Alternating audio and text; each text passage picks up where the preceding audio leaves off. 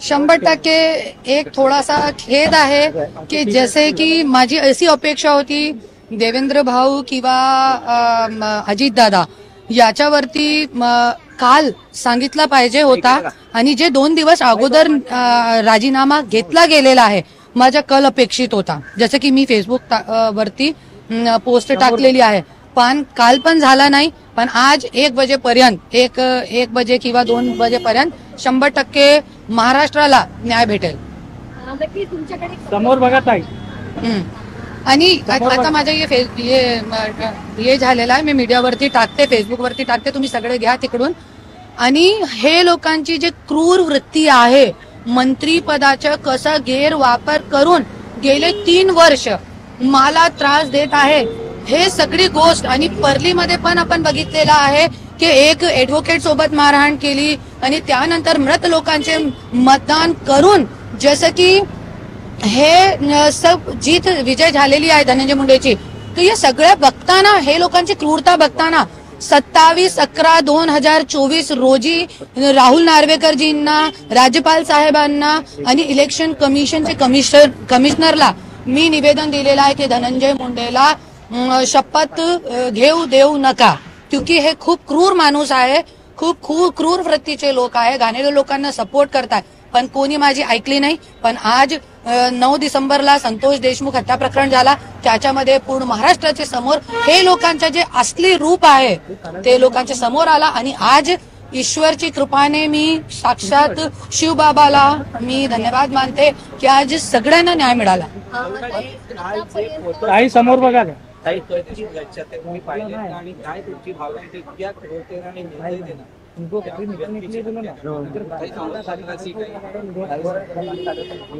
आज जसे की मी एक ते बघितला आहे फोटो की जसे संतोष देशमुख भाऊचे मृत झाल्यानंतर एक व्यक्ती त्यांचे तोंडावर लघवी करत आहे.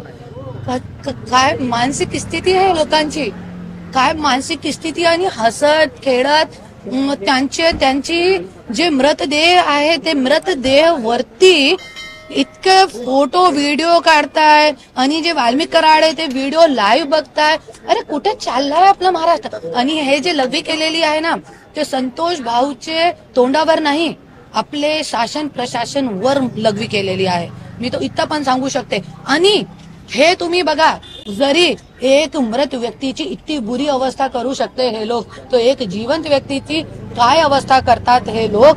मी तो असं म्हणणार की जसं धनंजय मुंडेंनी मागणी केली होती, वाल्मिक कराडांनी स्वतः सरेंडर झाल्यानंतर मागणी केली होती की जे कोणी दोषी असेल त्यांना फाशीची सजा झाली पाहिजे, तो आता आमची नाही त्यांची मागणी पुरी करा. त्यांची मागणी होती की फाशीची सजा झाली पाहिजे संतोष देशमुख भाईचे आरोपीला. तो आता पूर्ण महाराष्ट्राची मागणी आहे की हे लोकांना फाशीची सजा द्या. आणि माझी स्वतःची एक मागणी असेल याच्यामध्ये, ज्याच्या पूर्ण महाराष्ट्र बघायला पाहिजे की एक मृत व्यक्तीचे तोंडावर लघवी करणारे नीच क्रूर घाणेरड्या लोकांचे तोंडावर पूर्ण जनताचे समोर आणायच्या आणि त्यांचे तोंडावर लघवी करायच्या, असं आपल्याला करायचं आहे.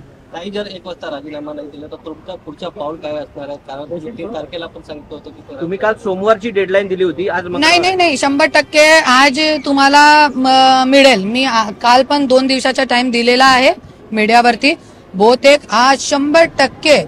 आणि मी तो स्वतः धनंजय मुंडेला निवेदन करणारे कॉल करून की जरी कोणी मागितलं नसेल तरी तुम्ही स्वतः द्या. अरे काहीतरी लाज, काहीतरी हया आहे की नाही. अजितदादांनी पण एक लहान गोष्टीवरती विलासराव देशमुख साहेबांनी पण दिलेला आहे, तरी पण जनतांनी 10-10 वर्ष 15-15 वर्ष असे लोकांना जिंकून दिलेला आहे. असा एक भावनिक महाराष्ट्र आहे. लोकांची भावना की कदर असते इकडे. आज पूर्ण महाराष्ट्र माझ्या पण पाठीमागे आहे. कशासाठी? माझ्याकडे काही नाहीये लोकांच्या देण्यासाठी, तरी पण माझ्या पाठीमागे क्योंकि भावनिक आहे. त्याच्यासाठी मी त्यांना पण एक व्हॉट्सअप मेसेज किंवा कॉल करणार आहे. तुम्ही ज्या प्रकारे काल किंवा 2 दिवसापूर्वी माध्यमांशी संवाद साधताना असं म्हटलं होतं की या एकंदरीतच प्रकरणामध्ये सुरुवातीपासून सिंडिकेट किंवा रॅकेट असणारं प्रकरण हे आहे. काल मोठा गौप्यस्फोट पाहायला मिळाला की अमानुष छळ होतानाचे मोठे फोटो बाहेर आले. ऐका, येतो मृत्यू झालेली आहे, त्याच्या सगळ्यांच्या समोर आलेला आहे ना. पण अशी खूप काही गोष्टी आहे, जैसे कि एक गरीब व्यक्ति का, अभी आपका ही कोई प्लॉट खींच ले, आप जिंदगी भर कमा रहे हो, मेहनत कर रहे हो, सुबह सुबह 7 बजे यहाँ आ गए, आपने एक प्लॉट लिया है, वो कोई मंत्री का व्यक्ती खींच ले, आपको कैसा लगेगा? एक ये जो खूप बडा रॅकेट आहे, ये सब लोगों को, ये सगळे लोकांना थांबावं लागेल आपल्याला. आणि याच्यासाठी मला मुख्यमंत्री देवेंद्र साहेबांची भेट पाहिजे. त्यांनी आतापर्यंत मला दिलेली नाही आहे. मी एक मंत्रीची बायको आहे आणि एक पक्षाची अध्यक्षता आहे, तरी पण मला आतापासून देवेंद्र साहेबांनी भेट दिली नाही. क्योंकि मला सांगायचं आहे, खूप काही गोष्टी सांगायच्या आहे. हे सगळं जे सिंडिकेट चालू आहे त्याच्याबद्दलही मला सांगायचं. 3 महिन्यांपासून राजीनाम्याची मागणी होते, मात्र त्यांच्या बाजूने राजीनाम्यासंदर्भात कोणतीही पावलं मुंडेंकडनं उचलण्यात आली नाही. अखेर त्यांना मुख्यमंत्र्यांना आदेश द्यावे लागले. म्हणजे त्यांची जवळची व्यक्ती या प्रकरणामध्ये कसं पाहता, म्हणजे त्यांच्या सुरुवातीपासून राजीनाम्याची टोलवाटोली पाहायला मिळाली. 100% जे धनंजय मुंडेला पाठीशी घालण्याचं काम अजितदादा करत आहे, सगळ्यांनी बघितलेलं आहे. आणि आज कुठेतरी फक्त धनंजय मुंडेची सभी दुलमिल नाही होते, आता याच्यामध्ये पूर्ण राष्ट्रवादीचं जे पूर्ण कॅरेक्टर आहे हे लोकांच्या समोर आलेलं आहे. जे पाठबळ देताय ना आणि जे पाठीशी घालताय त्यांना, अरे तुम्ही मृत्यू झाल्यानंतर, एक मर्डर झाल्यानंतर तुम्ही त्यांना मंत्रिपदाची शपथ द्यायला लागताय. कुठे चाललाय महाराष्ट्र? तुम्हाला लोकांची काय मनाची विचाराची काय राहिली नाही. आणि जे पक्ष असताय, एक विचार असतो, एक पक्ष जे असताय ना ते विचार असतो, आणि तुम्ही तुमचे विचार कुठे आहे? आणि आज हे फक्त धनंजय मुंडेची याच्यामध्ये इमेज कमी झालेली नाहीये, पूर्ण राष्ट्रवादीची इमेज इसमें दादांचे पण हात बांधलेले आहेत. एकंदरीत त्यांचा राजीनामा होत नाहीये किंवा आज होईल आहे, तर यापूर्वी पण 3 महिन्यापासून हे प्रकरण चाललेलं आहे. दादांचे हात कुठे बांधलेले होते या प्रकरणात? 100% बांधलेले. धनंजय मुंडेंनी दादाचे हात बांधलेले होते. आणि मी खूप मोठी बात करते, कशाला मी करू शकते, क्योंकि 27 वर्ष घरामध्ये बघितलेलं आहे. आणि जे बघितलेलं आहे तेच मी मीडिया समोर बोलते, लोकांच्या समोर बोलते. आणि जे धनंजय मुंडे आहे ते अजितदादा गट नसून धनंजय मुंडे गट आहे, त्याच्यासाठी हात बांधलेले आहे. मुख्यमंत्री आणि उपमुख्यमंत्री पाठीशी घालत होते का सुरुवातीपासून या प्रकरणात? मला असं नाही वाटत देवेंद्रजी त्यांना पाठीशी घालता, मला असं नाही वाटत. क्योंकि आज तुम्ही बघू शकता, त्यांची जरी इच्छा नसली होती, देवेंद्र भाऊची, सीएम साहेबांची जरी ये इच्छा नसली होती, तो आज वाल्मिक कराड का नाव आला नसला होता. ते 100% आहे. ते जे अप्रिशिएटेबल काय म्हणतात त्याला मराठीमध्ये, ते प्रोत्साहन करण्याचे जे काम देवेंद्र भाऊनी केलेलं आहे, 100% एकदम. क्योंकि एक मंत्रीचे एट्रॉसिटी मध्ये मला 45 दिवस ठेवला गेला होता, मी विसरू शकत नाही कधी. आणि बेल सुद्धा होऊ देत नाही होते हे लोक. असा हे लोकांच्या मंत्री काय असते मला आता माहित पडला. मंत्रीची बायको 27 वर्ष राहिली, पण मला माहित नाही होता मंत्री काय असतो. त्या प्रकरणात 100% 109 लोकांची जे तुम्ही सांगताय त्याच्याबद्दल माझ्याकडे काय माहिती नाहीये. पण बीड मध्ये मी 3 वर्ष गेले आहे, तो त्याच्यामध्ये माझ्या खूप माहिती मिळाली आहे. जसे माझ्याकडे रेकॉर्डिंग आहे, 1 वाजता कोणी मला कॉल करून सांगितलेलं आहे की पूर्ण रेकॉर्डिंग आहे माझ्याकडे, मी पूर्ण देवेंद्र फडणवीस साहेबांना देणार आहे की मला असं खोट्या केसमध्ये टाकलाय वाल्मिक कराडने, धनंजय मुंडेंनी. आणि फक्त त्यांची चूक काय होती, ह्यांच्या लोकांच्या समोर त्यांची बायको सरपंच झाली होती. त्यांनी पैशाचा लालच दिला, मारहाण केली, एक महिला सोबत मारहाण केली, तरी पण तो महिला लढली नात्रामध्ये आणि ते अपक्ष सरपंच झाले. त्याच्यासाठी त्यांच्या नवऱ्याला अॅट्रॉसिटी केसमध्ये टाकला. मला कॉल आला रात्री 1 वाजता. मी सांगितलं त्यांना, तुम्ही घाबरू नका, मी बघते. आणि त्यांनी काही लोकांची जमीन खाल्ली आहे. कोर्टाची ऑर्डर असून कोर्टाची ऑर्डर सुद्धा मानत नाही होते हे लोक. माझ्याकडे पुरावे आहे. एक मुलगा ज्याची अंबाजोगाईमध्ये जमीन खाल्ली आहे, कोर्टाची ऑर्डर असताना पोलीस गुंड लोक तिकडे जायचे आणि त्या लोकांना प्रेशराईज करायचं. आता जे मी सांगितलं त्यांनी केला आणि त्याला न्याय मिळाला. माझ्याकडे मेसेज पण आहे, त्यांनी मला धन्यवाद पण दिला.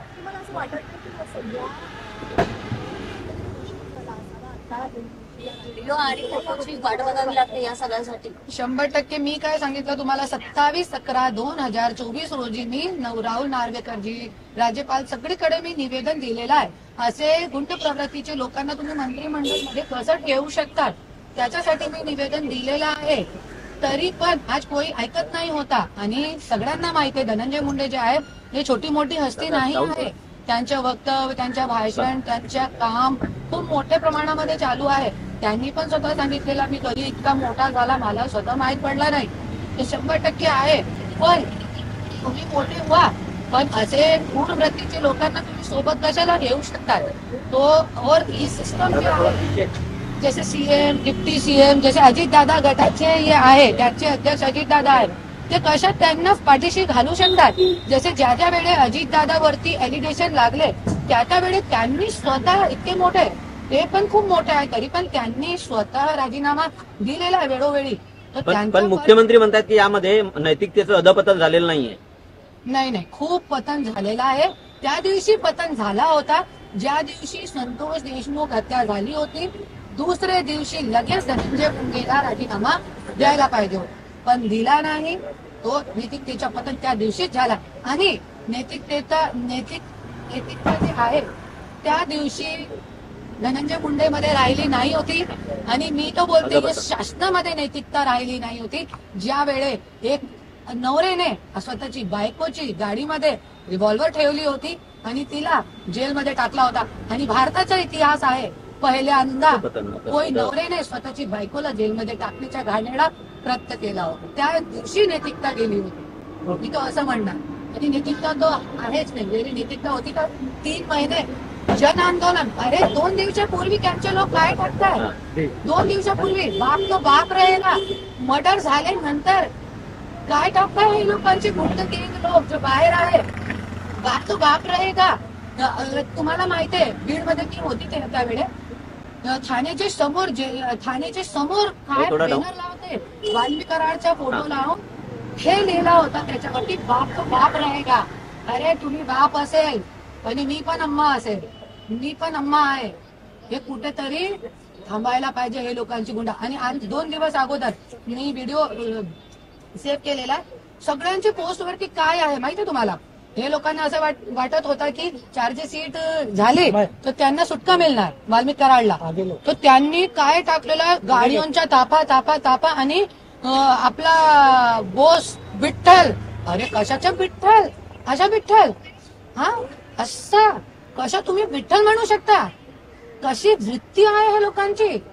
आणि तुम्ही असं टाकताय 2 दिवशी अगोदर 4 सीट सबमिट होले अगोदर हे लोकांनी काय टाकलाय की आमच्या ये बॉस येणार आहे 2 दिवसामध्ये आणि सगळ्यांना मजा चाखवणार आहे. अरे आता काय मजा चाखवणार आहे तुम्ही, काय मजा चाखवणार आहे? त्या पूर्ण महाराष्ट्राला तुम्ही मारणार आहे का असं संतोष देशमुख भाऊ सारी का? तो हे सगळं खूप माज आहे लोकांच्या. आणि हे सगळं जे राजीनामा आहे हे नैतिकताच्या आधारावर धनंजय मुंडेला द्यायला पाहिजे होता. परत जनता जरी दिला होता नैतिकताच्या आधारावर, 100% नैतिकतेचा खून झालेला आहे याच्यामध्ये. करुणाताई, शेवटचा प्रश्न असेल हा.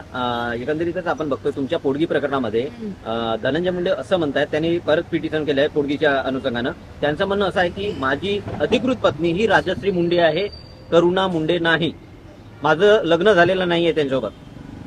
ऐका, वो अगोदर पासून पहिल्या दिवसापासून 21 मध्ये ज्या वेळे हे सगळ्यांच्या लोकांच्या समोर आली आहे बात, त्यावेळेपासून तो असंच म्हणतात. पण माझ्याकडे पूर्ण पुरावे आहे, मी मीडियावरती टाकू शकतो. जरी तुम्हाला टाइम असेल तर तुम्ही परत या, मी पूर्ण पुरावे तुम्हाला देते. आणि धनंजय मुंडेंनी एक मानहानीचा दावा केला होता, सगळ्यांना माहिती आहे.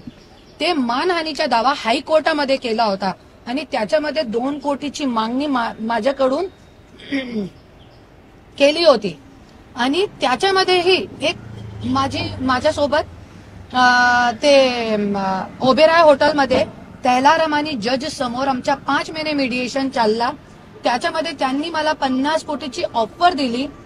10 कोटी कोर्टामध्ये सगळ्या ऑन रेकॉर्ड मी देणार आहे आणि 40 कोटी तुला कॅश देणार आहे. पण त्याच्यामध्ये ते कन्सर्न मध्ये मी साईन केली की माझ्या मुलाबाळांना पण उचलून नेऊन गेले होते. सगळ्यांना माहिती आहे, सगळे कंप्लेंट पण माझी आहे. तो मुलाबाळांना आणण्यासाठी मी साईन केली होती ते कन्सर्न टर्म वरती. माझी किस्मत खूप चांगली आहे. ते कन्सर्न टर्म कोर्टामध्ये आहे. 3 कोटीची डीडी तिकडे जमा आहे. तुम्ही पूर्ण रेकॉर्ड काढू शकता, मीडियावरती देऊ शकता. हर औरत पैसे की भूखी नहीं होती है और करुणा मुंडे तो बिल्कुल भी नहीं है. 50 कोटीला लात मारणारी एकमेक महिला करुणा मुंडे आहे. आणि त्यानंतर त्याच्यामध्ये तुम्ही डिफॉर्मेशनचा केस करताय बघा. आणि त्या केसमध्ये त्यांनी स्वतः लिहून दिलेला आहे 98 पासून आम्ही सोबत आहे, 98 पासून. आणि राजश्री त्यांच्या जीवनामध्ये कधी आली आहे 2001 मध्ये. तो तुम्ही स्वतः बघू शकता धनंजय मुंडे किती झूट, किती खोटाळा व्यक्ती आहे. पूर्ण महाराष्ट्र बघतोय आणि पूर्ण पेपर पुरावे माझ्याकडे आहे. आज जर राजीनामा होतोय मुंडेंचा तर समाधानी असाल? मी समाधानी नाही आहे. तरी पण मी समाधानी नाही. मला ते राजीनामा बघा, ते राजीनाम्याचं माझ्या काय लेना घेणं नाही होता. पण हे क्रूर वृत्ती जो आहे, जे क्रूर वृत्तीला हे लोक पाठबळ देते, त्याच्या सोबत माझी दुश्मनी आहे. आणि जे माझी मागणी आहे ते राजीनामा तो होणारच आहे 100%. त्याच्यामध्ये काय गैरबदल नाहीये.